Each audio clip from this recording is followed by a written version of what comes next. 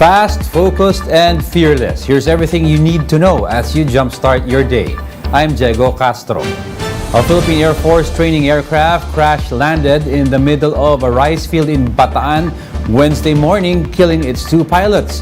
Air Force spokesperson Colonel Major Consuelo Castillo said the ill-fated SF-260 aircraft crashed while performing a training flight in Sitio Tabon, Barangay del Rosario in Pilar Town. The entire fleet of SF-260s has since been grounded as part of its standard operating procedure. Castillo added that the Philippine Air Force will extend all the necessary assistance and support to the bereaved families of the pilots. Meanwhile, authorities are set to continue search and rescue operations for the Cessna 206 plane that went missing in Isabela on Tuesday. This after they called off rescue operations on Wednesday due to strong winds. The Civil Aviation Authority of the Philippines says it's not ruling out the possibility that the 6 passengers, including the pilot, survived the crash. CAAP was alerted of the missing plane, which departed from Cauayan Airport when it did not land at its estimated time of arrival of 2:45 p.m. Army Commander Jesus Durante has been relieved from his post after he was named by authorities as a mastermind in the killing of Davao businesswoman Yvonne Plaza. The details in this report. Brigadier General Jesus Durante has been tagged as the mastermind in the killing of Davao model and businesswoman Yvonne Chua Plaza. The Special Investigation Task Force probing Plaza's death announced this following the surrender of those who were supposedly ordered to carry out the crime. Durante headed the Presidential Security Group of former President Rodrigo Duterte before being assigned as the Philippine Army's 101st Brigade Commander. I think we have a very strong case, and we really help the prosecutor's office. We provided them all the necessary evidence to prove that indeed the person responsible for the death of Yvonne Chua Plaza are the ones we charged in court. According to the Davao City Special Investigation Task Group, the strike team behind Plaza's killing were personnel of the 101st Infantry Brigade.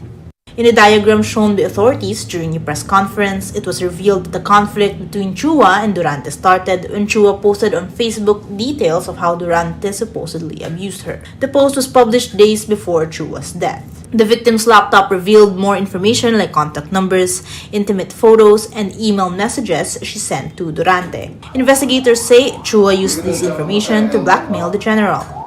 We have the affidavit of our witness saying that the victim has a very sensitive information against General Durante, and she used it to blackmail the respondent.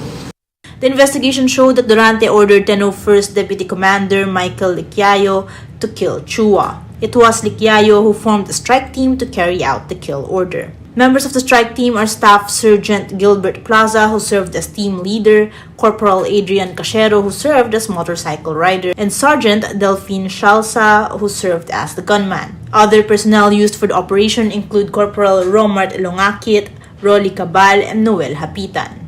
Our case against Durante is anchored on two things. First, we look at the totality of the circumstances, plus the very good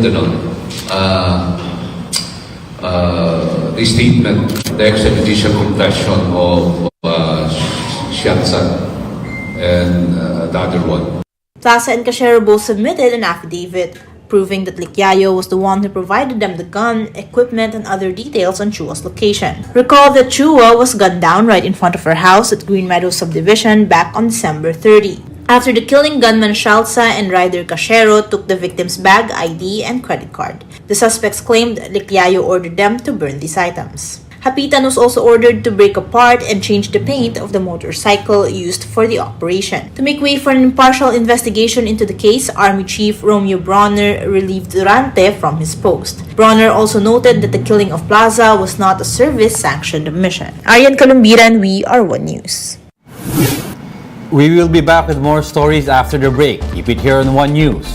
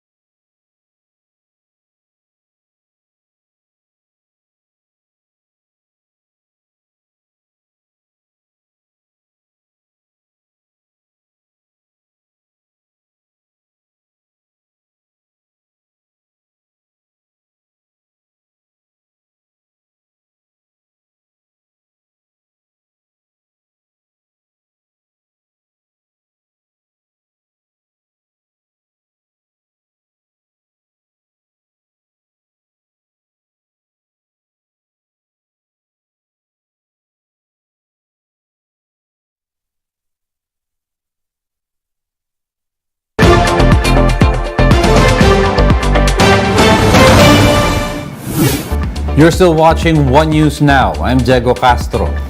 The MRT3 management assures that it is ready to cater to commuters as the train line's ridership bounced back to its pre-pandemic levels.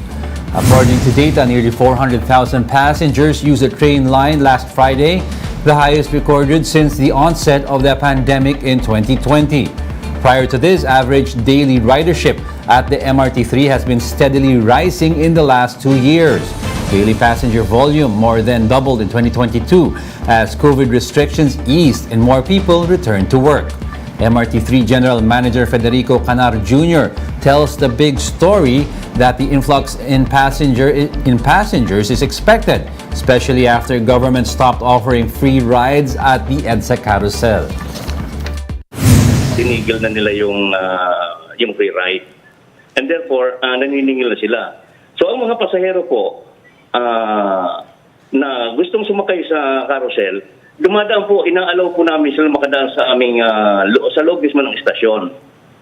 So, may option po ngayon ang yung pasahero. Pag nakita nila sa carousel na mahabang pila, dadaan sila ngayon sa MRT3 na mura ang pasahe, ay mura ang yung stored value cards.